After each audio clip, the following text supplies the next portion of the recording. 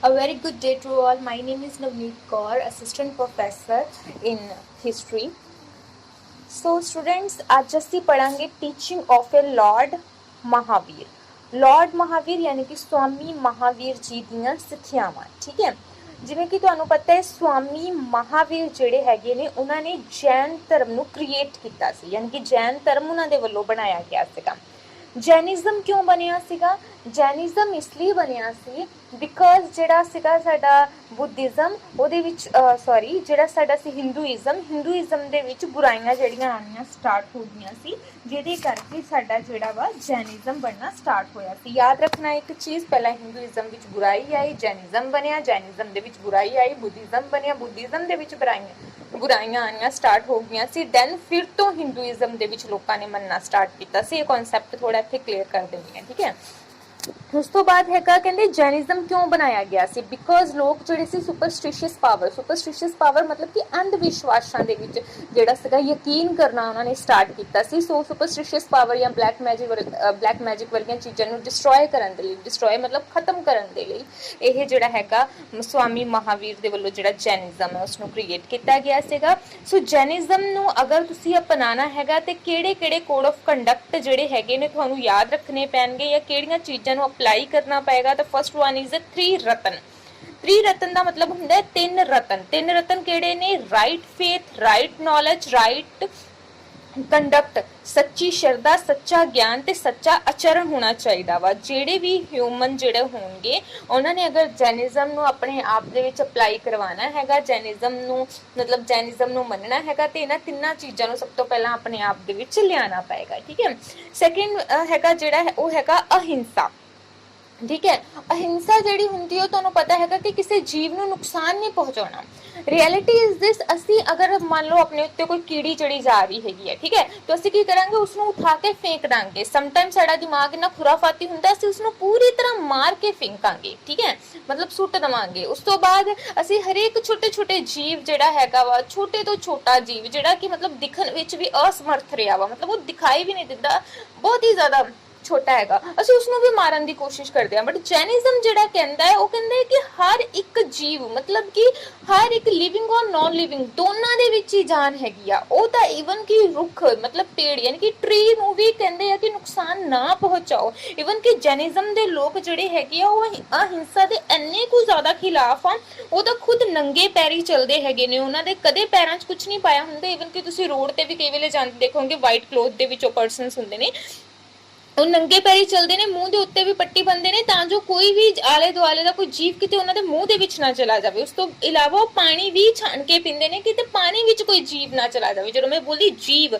ਇਸ ਦਾ ਮੀਨਸ ਹੈਗਾ living things, ਮਤਲਬ ਜਿਹੜੇ ਛੋਟੇ ਜੀਵ ਜੰਤੂ ਪ੍ਰਾਣੀ ਕੁਝ ਵੀ ਹੈ ਵਟਐਵਰ, ਠੀਕ ਹੈ। ਉਸ ਤੋਂ ਬਾਅਦ ਹੈਗਾ ਕਿ ਅਗਰ ਸੂਰਜ ਛਿਪ ਜਾਂਦਾ ਹੈਗਾ ਤਾਂ ਉਸ ਤੋਂ ਬਾਅਦ ਉਹ ਭੋਜਨ ਹੀ ਨਹੀਂ ਕਰਦੇ, ਮਤਲਬ ਖਾਣ ਪੀਣ ਉਹਨਾਂ ਦਾ ਜੋ ਵੀ ਹੁੰਦਾ ਹੈ, ਮਤਲਬ ਅਗਰ ਸੂਰਜ ਛਿਪ ਜਾਂਦਾ ਹੈਗਾ ਤਾਂ ਉਸ ਤੋਂ ਬਾਅਦ ਉਹ ਕੁਝ ਨਹੀਂ ਇਦਾਂ ਦੀ ਚੀਜ਼ ਕਰਦੇ ਹੈਗੇ, ਠੀਕ ਹੈ। ਸੋ ਜਿਹੜੇ ਮੈਂ ਤੁਹਾਨੂੰ ਦੱਸਿਆ ਹੈਗਾ ਵਾ ਕਿ ਜਿਹੜਾ ਸਾਡਾ ਅਹਿੰਸਾ ਵਾ ਉਹਦੇ ਉੱਤੇ ਉਹ ਜ਼ਿਆਦਾ ਬੇਸਡ ਹੈਗੇ ਨੇ। Ahimsa is the highest religion and where there is ahimsa there is a victory, ਠੀਕ ਹੈ। ਸੋ ਅਸੀਂ ਕਹਾਂਗੇ ਕਿ ਅਹਿੰਸਾ ਸਰਵਉੱਚ ਧਰਮ ਹੈ, ਜਿੱਥੇ ਅਹਿੰਸਾ ਹੈ ਉੱਥੇ ਹੀ ਜਿੱਤ ਹੈ। ਡਾਕਟਰ ਜਯੋਤੀ ਪ੍ਰਸਾਦ ਜੈਨ ਦੇ ਦੁਆਰਾ ਇਹ ਲਿਖੀ ਗਈ ਇੱਕ ਕੋਟੇਸ਼ਨ ਸੀ, ਠੀਕ ਹੈ। ਉਸ ਤੋਂ ਬਾਅਦ ਹੈਗਾ ਵਾ ਤੁਹਾਡਾ ਕਹਿੰਦੇ ਕਿ 5 ਅਨੁਵਰਤਸ। 5 ਅਨੁਵਰਤਸ ਦਾ ਮਤਲਬ ਹੈਗਾ ਕਿ 5 ਅਨੁਵਰਤ ਮਤਲਬ ਕਿ 5 ਚੀਜ਼ਾਂ ਜਿਨ੍ਹਾਂ ਦੀ ਪਾਲਣਾ ਕਰਨੀ ਚਾਹੀਦੀ ਹੈ। ਸਭ ਤੋਂ ਪਹਿਲਾਂ ਤਾਂ ਮਨੁੱਖ ਨੂੰ ਸੱਚ ਬੋਲਣਾ ਚਾਹੀਦਾ ਹੈ, ਜੋ ਅੱਜ ਦੀ ਦੁਨੀਆ ਵਿੱਚ ਮੈਂ ਖੁਦ ਬੋਲਦੀ ਹਾਂ ਕਿ ਪੋਸੀਬਲ ਹੀ ਹੈ ਨਹੀਂ, ਠੀਕ ਹੈ। ਬਟ ਅਗਰ ਜੈਨਿਜ਼ਮ ਦੇ ਵਿੱਚ ਤੁਸੀਂ ਅਪਲਾਈ ਕਰਨਾ ਵਾ ਦੈਨ ਤੁਹਾਨੂੰ ਸੱਚ ਬੋਲਣਾ ਪਏਗਾ, ਅਹਿੰਸਾ ਦੇ ਰਾਹ ਤੇ ਚੱਲਣਾ ਪਏਗਾ, ਠੀਕ ਹੈ। ਕਿਸੇ ਵੀ ਜੀਵ ਜੰਤੂ ਪ੍ਰਾਣੀ ਨੂੰ ਨੁਕਸਾਨ ਨਹੀਂ ਪਹੁੰਚਾਉਣਾ ਹੈਗਾ। ਕਹਿੰਦੇ ਅਜਿਹੀ ਵਸਤੂ ਆਪਣੇ ਕੋਲ ਨਹੀਂ ਰੱਖਣੀ ਜਿਹੜੀ ਉਸਨੂੰ ਦਾਨ ਵਿੱਚ ਪ੍ਰਾਪਤ ਨਾ ਹੋਈ ਹੋਵੇ, ਮਤਲਬ ਕਿ ਤੁਸੀਂ ਹਮੇਸ਼ਾ ਮੰਗਣਾ ਹੀ ਆ, ਠੀਕ ਹੈ।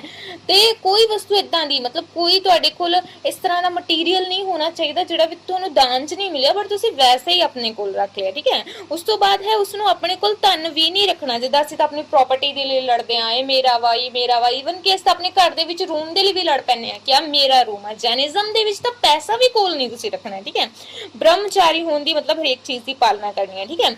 ਉਸ ਤੋਂ ਬਾਅਦ 4th ਪੁਆਇੰਟ ਤੁਹਾਡਾ ਹੈਗਾ ਵਾ ਹਾਰਡ ਪੈਨੈਂਸੀ, मतलब कि कठोर तप करना चाहिए। ਤੁਹਾਨੂੰ मैं एक चीज दसना कि स्वामी महावीर ਜਿਹੜੇ ਸੀ ਉਹਨਾਂ ਨੇ 12 ਵਰੇ ਮਤਲਬ ਕਿ 12 ਈਅਰ ਤੱਕ ਉਹਨਾਂ ਨੇ ਪੈਨੈਂਸੀ ਮਤਲਬ ਕਿ ਕਠੋਰ ਤਪ, ਹਾਰਡ ਪੈਨੈਂਸੀ ਮਤਲਬ ਕਿ ਕਠੋਰ ਤਪ ਕੀਤਾ, ਮਤਲਬ ਉਹਨਾਂ ਨੇ ਇੰਨਾ ਜ਼ਿਆਦਾ ਹਾਰਡ ਚੀਜ਼ਾਂ ਕੀਤੀਆਂ। ਤੁਸੀਂ ਸੋਚੋ ਕਿ ਸੂਰਜ ਛਿਪ ਗਿਆ, ਤੁਹਾਨੂੰ ਭੁੱਖ ਲੱਗੀ ਪਰ ਤੁਸੀਂ ਨਹੀਂ ਖਾਣਾ, ਪਾਣੀ ਤੁਸੀਂ ਪੀਣਾ ਹੈ, ਤੁਸੀਂ ਛਾਣ ਕੇ ਹੀ ਪੀਣਾ ਹੈ, ਤੁਸੀਂ ਆਪਣੇ ਪੈਰਾਂ ਤੇ ਚੱਪਲ ਹੀ ਨਹੀਂ ਪਾਣੀ ਹੈਗੀ। ਸੋ ਇਹਨਾਂ ਚੀਜ਼ਾਂ ਨੂੰ ਕਠੋਰ ਤਪ ਬੋਲਿਆ ਜਾਂਦਾ ਹੈਗਾ, ਠੀਕ ਹੈ। ਪਰਮਾਤਮਾ ਦੀ ਵਿੱਚ ਲੀਨ ਰਹਿਣਾ, ਇਹ ਸਾਰੀਆਂ ਚੀਜ਼ਾਂ ਸਵਾਮੀ ਮਹਾਵੀਰ ਜੀ ਨੇ ਕੀਤੀਆਂ ਸੀ। ਤੁਹਾਨੂੰ ਸ਼ਾਰਟ ਆਨਸਰ ਟਾਈਪ ਦੇ ਵਿੱਚ ਵੀ ਕੁਐਸਚਨ ਆ ਸਕਦਾ ਹੈ ਕਿ ਜਿਹੜਾ ਤੁਹਾਡਾ ਜੈਨਿਜ਼ਮ ਹੈ ਉਸਨੂੰ ਕਿਸਨੇ ਕ੍ਰੀਏਟ ਕੀਤਾ ਸੀ, ਕਿਸਨੇ ਬਣਾਇਆ ਸੀ, ਤਾਂ ਤੁਸੀਂ ਕਹਿਣਾ ਸਵਾਮੀ ਮਹਾਵੀਰ, ਠੀਕ ਹੈ। ਸਵਾਮੀ ਮਹਾਵੀਰ ਨਾਮ ਯਾਦ ਰੱਖਣਾ ਵਾ, ਠੀਕ ਹੈ।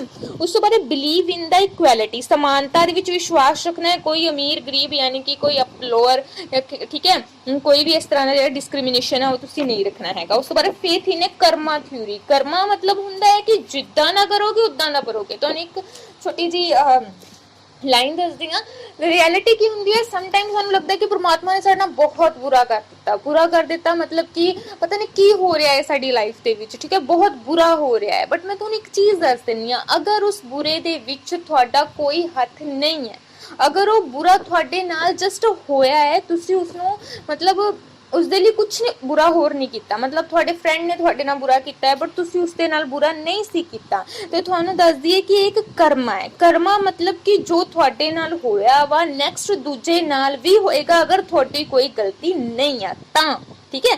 ਅਗਰ ਠੀਕ ਹੈ ਤੁਸੀਂ ਗਲਤੀ ਕੀਤੀ ਹੈ ਤਾਂ ਫਿਰ ਤਾਂ ਠੀਕ ਹੀ ਹੈ ਨਾ, ਫਿਰ ਤਾਂ ਕਰਮਾ ਤੁਹਾਡੇ ਨਾਲ ਹੀ ਹੋ ਗਿਆ, ਤੁਸੀਂ ਗਲਤੀ ਕੀਤੀ ਤਾਂ ਤੁਹਾਨੂੰ ਭਰਪਾਈ ਕਰਨੀ ਪੈਗੀ, ਠੀਕ ਹੈ।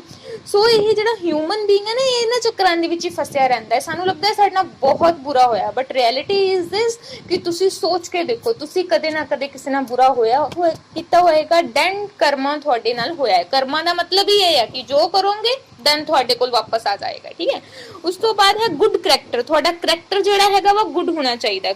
ਗੁੱਡ ਕਿਦਾਂ, ਚੁਗਲੀ, ਨਿੰਦਾ, ਨਫ਼ਰਤ, ਲਾਲਚ, ਮਤਲਬ ਕਿਸ ਤਰ੍ਹਾਂ ਗ੍ਰੀਡੀਨੈਸ ਜਿੱਦਾਂ ਹੋ ਗਿਆ, ਠੀਕ ਹੈ, ਬੈਕ ਬਾਈਟਿੰਗ ਕਰਦੀ, ਚੁਗਲੀ ਕਰਤੀ, ਠੀਕ ਹੈ, ਝੂਠ ਬੋਲ ਦਿੱਤਾ, ਚੋਰੀ ਕਰਨਾ, ਇਸ ਤਰ੍ਹਾਂ ਦੀਆਂ ਚੀਜ਼ਾਂ ਜਦੋਂ ਤੁਸੀਂ ਕਰਦੇ ਹੈਗੇ ਹੋ ਦੈਨ ਇਹ ਤੁਹਾਡੇ ਕਰੈਕਟਰ ਨੂੰ ਸ਼ੋਭਾ ਨਹੀਂ ਦਿੰਦੀਆਂ, ਠੀਕ ਹੈ ਨਾ।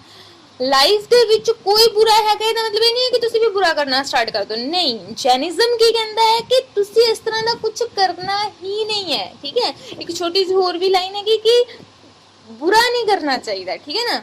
ਮਤਲਬ ਅਗਰ ਕੋਈ ਆਪਣੇ ਆਪ ਨੂੰ ਅੱਛਾ ਵੀ ਦੱਸ ਰਿਹਾ ਹੈ, ਤੁਹਾਨੂੰ ਬੁਰਾ ਵੀ ਦੱਸ ਰਿਹਾ ਹੈ ਨਾ, ਤਾਂ ਈਜ਼ੀਲੀ ਵੇ ਦੇ ਨਾਲ ਉਸਨੂੰ ਸੁਣ ਲੈਣਾ ਚਾਹੀਦਾ ਹੈ, ਕਿਉਂਕਿ ਕਿਸੇ ਦੇ ਬੋਲਣ ਦੇ ਨਾਲ ਚੀਜ਼ਾਂ ਨੂੰ ਫਰਕ ਨਹੀਂ ਪੈਂਦਾ, ਠੀਕ ਹੈ ਨਾ। ਮਤਲਬ ਅਗਰ ਤੁਹਾਡੇ ਵਿੱਚ ਕੋਈ ਖਾਮੀ ਵੀ ਨਿਕਾਲ ਰਿਹਾ, ਠੀਕ ਹੈ, ਤਾਂ as it is the line ਜਿਹੜੀ ਹੈਗੀ ਹੈ ਉਸਨੂੰ ਚੱਲਦੇ ਰਹਿਣਾ ਚਾਹੀਦਾ ਹੈ। ਮਤਲਬ ਕਿ ਉਸਨੂੰ ਉਹ ਬੋਲ ਰਿਹਾ ਹੈ ਇਨਸਾਨ, ਤਾਂ ਉਸਨੂੰ ਬੋਲਣ ਦੇਣਾ ਚਾਹੀਦਾ ਹੈ, ਠੀਕ ਹੈ। ਇੱਕ छोटी सी लाइन है कि वो मुझ में खामियां ढूंढते हैं ऐसे जैसे खुद के किरदार में खुदा बसा हो जैसे, है ना। तो कोई बात नहीं, अगर वो मतलब बोल रहा हैगा, कोई खामी कढ़ रहा हैगा तो इट्स ओके, ठीक है। ਉਸ ਤੋਂ ਬਾਅਦ ਤੁਹਾਡਾ ਹੈਗਾ ਵਾ ਕਹਿੰਦੇ ਕਿ ਡਿਸਬਲੀਵ ਇਨ ਦਾ ਯਗਸ ਐਂਡ ਸੈਕਰੀਫਾਈਸ ਐਟਸੈਟਰਾ। ਮੈਂ ਤੁਹਾਨੂੰ ਸੈਕਰੀਫਾਈਸ ਦਾ ਇੱਥੇ ਮਤਲਬ ਦੱਸਦੀ ਹਾਂ। ਬਹੁਤ ਵਾਰੀ ਅਸੀਂ ਸੈਕਰੀਫਾਈਸ ਨੂੰ ਇੱਦਾਂ ਹੀ ਬੋਲ ਦਿੰਦੇ ਹੈਗੇ ਆ ਕਿ ਸੈਕਰੀਫਾਈਸ ਕਰਨਾ ਪੈਂਦਾ ਹੈ ਲਾਈਫ, ਤਾਂ ਸੈਕਰੀਫਾਈਸ ਦਾ ਮਤਲਬ ਬਲੀ ਦੇਣਾ ਵੀ ਹੁੰਦਾ ਹੈ, ਠੀਕ ਹੈ। ਕਹਿੰਦੇ ਕਿ ਇਸ ਚੀਜ਼ਾਂ ਵਿੱਚ ਬਿਲੀਵ ਨਹੀਂ ਕਰਨਾ ਚਾਹੀਦਾ ਕਿ ਬਲੀ ਦੇ ਦਿਓ, ਯਗਸ ਕਰ ਲਓ, ਇਸ ਤਰ੍ਹਾਂ ਦੀਆਂ ਚੀਜ਼ਾਂ ਵਿੱਚ ਬਿਲੀਵ ਨਹੀਂ ਕਰਨਾ ਚਾਹੀਦਾ, ਠੀਕ ਹੈ। ਉਸ ਤੋਂ ਬਾਅਦ ਡਿਸਬਲੀਵ ਇਨ ਗੋਡ, ਕਹਿੰਦੇ ਕਿ ਈਸ਼ਵਰ ਦੇ ਵਿੱਚ ਵਿਸ਼ਵਾਸ ਜਿਹੜਾ ਹੈਗਾ ਜੈਨਿਜ਼ਮ ਦਾ ਬਿਲਕੁਲ ਨਹੀਂ ਹੈਗਾ, ਠੀਕ ਹੈ। ਕਹਿੰਦੇ ਉਸਨੇ ਸੰਸਾਰ ਦੇ ਵਿੱਚ ਈਸ਼ਵਰ ਦੀ ਰਚਨਾ, ਇਸ ਦੀ ਪਾਲਣਾ, ਖਾਤਮਾ ਕਰਨ ਵਾਲਾ ਨਹੀਂ ਹੈ। ਕਹਿੰਦੇ ਕਿ ਨਿਵਾਰਣ ਪ੍ਰਾਪਤ ਕਰਨ ਦੇ ਲਈ ਈਸ਼ਵਰ ਦੀ ਜ਼ਰੂਰਤ ਨਹੀਂ ਹੈ। ਮਨੁੱਖ ਦੇ ਅੰਦਰ ਜਿਹੜੀ ਉਹਦੀ ਆਤਮਾ ਵਾ, ਉਹਦੀ ਜਿਹੜੀ ਸੋਲ ਹੈਗੀ ਆ, ਉਹੀ ਇੱਕ ਮਹਾਨ ਸ਼ਕਤੀ ਹੈ। ਹਿਊਮਨ ਨੂੰ ਹਮੇਸ਼ਾ ਕੀ ਕਰਨਾ ਚਾਹੀਦਾ ਹੈ, ਇੱਕ ਪਵਿੱਤਰ ਜੀਵਨ ਬਤੀਤ ਕਰਨਾ ਚਾਹੀਦਾ ਹੈ। ਹੁਣ ਤੁਸੀਂ ਸੋਚਦੇ ਹੋਵੋਗੇ ਜੈਨਿਜ਼ਮ ਹੈ ਫਿਰ ਵੀ ਡਿਸਬਲੀਵ ਕਰ ਰਿਹਾ ਹੈਗਾ ਵਾ। ਮੈਂ ਤੁਹਾਨੂੰ ਇੱਕ ਗੱਲ ਦੱਸਦੀ ਹਾਂ ਕਿ ਇੱਕ ਵਾਰੀ ਇੱਕ ਰਾਈਟਰ ਨੇ ਕਿਹਾ ਕਿ ਕਿਸ ਦੀ ਮੂਰਤੀ ਬਣਾਉਣੀ ਜ਼ਿਆਦਾ ਆਸਾਨ ਹੈਗੀ, ਇੱਕ ਹਿਊਮਨ ਬੀਇੰਗ ਦੀ ਮੂਰਤੀ ਬਣਾਉਣੀ ਜਾਂ ਇੱਕ ਪਰਮਾਤਮਾ ਦੀ ਮੂਰਤੀ ਬਣਾਉਣੀ। ਤਾਂ ਉਹਦੇ ਵਿੱਚ ਕਿਹਾ ਗਿਆ ਸੀਗਾ ਕਿ ਇੱਕ ਮਨੁੱਖ, ਉਸ ਇਨਸਾਨ ਨੇ ਕਹਿਤਾ ਕਿ ਮਨੁੱਖ ਦੀ ਮੂਰਤੀ ਬਣਾਉਣੀ ਜ਼ਿਆਦਾ ਆਸਾਨ ਹੈ, ਤੇ ਜਿਹੜਾ ਰਾਈਟਰ ਸੀ ਉਸਨੇ ਬੋਲਿਆ ਕਿ ਨਹੀਂ, ਮਨੁੱਖ ਦੀ ਮੂਰਤੀ ਬਣਾਉਣੀ ਤਾਂ ਬਹੁਤ ਆਸਾਨ ਹੈ, ਕਿਉਂਕਿ ਮਨੁੱਖ ਤਾਂ ਤੁਹਾਡੇ ਸਾਹਮਣੇ ਖੜਾ ਹੈਗਾ ਵਾ, ਤੁਸੀਂ ਨੁਕਸ ਕੱਢ ਸਕਦੇ ਹੋ, ਠੀਕ ਹੈ ਨਾ। ਨੁਕਸ ਦਾ ਮਤਲਬ ਹੁੰਦਾ ਹੈ ਤੁਸੀਂ ਕੱਢ ਸਕਦੇ ਹੋ ਕਿ ਪ੍ਰੋਬਲਮ ਕੱਢ ਸਕਦੇ ਹੋ ਕਿ ਇਹਦੇ ਵਿੱਚ ਤੁਸੀਂ ਆਹ ਠੀਕ ਨਹੀਂ ਬਣਾਇਆ। ਪਰਮਾਤਮਾ ਦੀ ਮੂਰਤੀ ਬਣਾਉਣੀ ਬਹੁਤ ਆਸਾਨ ਹੈ, ਪਤਾ ਕਿਉਂ? ਕਿਉਂਕਿ ਚਾਹੇ ਉਹਦੇ 4 ਹੱਥ ਲਾ ਲਓ, ਚਾਹੇ ਉਹਦੇ 6 ਹੱਥ ਲਾ ਲਓ, ਪਰਮਾਤਮਾ ਤਾਂ ਕਿਸੇ ਨੇ ਦੇਖਿਆ ਨਹੀਂ ਨਾ, ਤਾਂ ਪਰਮਾਤਮਾ ਦੀ ਮੂਰਤੀ ਬਣਾਉਣੀ ਜ਼ਿਆਦਾ ਆਸਾਨ ਹੈ। ਇਹ ਡਿਸਬਲੀਫ ਇਸ ਲਈ ਕਰ ਰਹੇ ਨੇ ਕਿਉਂਕਿ ਸਾਡਾ ਹਿੰਦੂਇਜ਼ਮ ਸੀਗਾ ਪਰਮਾਤਮਾ ਦੀ ਆਹ ਮੂਰਤੀ ਬਣਾ ਲਈ, ਉਹ ਮੂਰਤੀ ਬਣਾ ਲਈ, ਬੁਰਾਈਆਂ ਆ ਗਈਆਂ ਸੀ ਉਹਦੇ ਵਿੱਚ, ਜਿਹਦੇ ਕਾਰਨ ਜੈਨਿਜ਼ਮ ਸਾਡਾ ਆਇਆ, ਠੀਕ ਹੈ ਨਾ। ਜਦੋਂ ਅਸੀਂ ਲੋਕਾਂ ਨੂੰ ਆਪਣੇ ਅਕੋਰਡਿੰਗ ਸੈੱਟ ਕਰਨਾ ਸਟਾਰਟ ਕਰ ਦਿੰਦੇ ਆ ਨਾ, ਤੇ ਸਭ ਤੋਂ ਵੱਡੀ ਸਾਡੀ ਪ੍ਰੋਬਲਮ ਹੈ, ਅਸੀਂ ਕਹਿੰਦੇ ਕਿ ਉਹਨੇ ਏਦਾਂ ਕੀਤਾ, ਉਹਨੂੰ ਨਹੀਂ ਸੀ ਕਰਨਾ ਚਾਹੀਦਾ, ਕਿਉਂ ਏਦਾਂ? ਨਹੀਂ, ਕਿਸੇ ਨੂੰ ਚੇਂਜ ਕਰਨ ਦੀ ਬਜਾਏ ਖੁਦ ਚੇਂਜ ਹੋਣਾ ਹੈ। ਇਸ ਲਈ ਜਿਹੜਾ ਹਿੰਦੂਇਜ਼ਮ ਸੀ ਉਹਨੂੰ ਚੇਂਜ ਕਰਨ ਦੀ ਬਜਾਏ ਜੈਨਿਜ਼ਮ ਆਪਣੇ ਆਪ ਦੇ ਵਿੱਚ ਇੱਕ ਉੱਭਰ ਕੇ ਜਿਹੜਾ ਹੈਗਾ ਰਿਲੀਜਨ ਸਾਹਮਣੇ ਆਇਆ ਕਿ ਜੈਨਿਜ਼ਮ ਚੇਂਜ ਹੋਣਾ ਸਟਾਰਟ ਹੋ ਗਿਆ। ਠੀਕ ਹੈ ਨਾ। ਸੋ ਆਈ ਹੋਪ ਸੋ ਕਿ ਤੁਹਾਨੂੰ ਇਹ ਜਿਹੜਾ ਲੈਕਚਰ ਹੈਗਾ ਸਮਝ ਆਇਆ ਹੋਏਗਾ। ਇਵਨ ਕਿ ਅਗਰ ਤੁਹਾਨੂੰ ਇਸ ਦੇ ਵਿੱਚ ਕੋਈ ਵੀ ਪ੍ਰੋਬਲਮ ਹੁੰਦੀ ਹੈ ਦੈਨ ਤੁਸੀਂ ਮੈਨੂੰ ਮੈਸੇਜ ਕਰ ਸਕਦੇ ਹੋ। ਠੀਕ ਹੈ। Thank you. Have a nice day to all.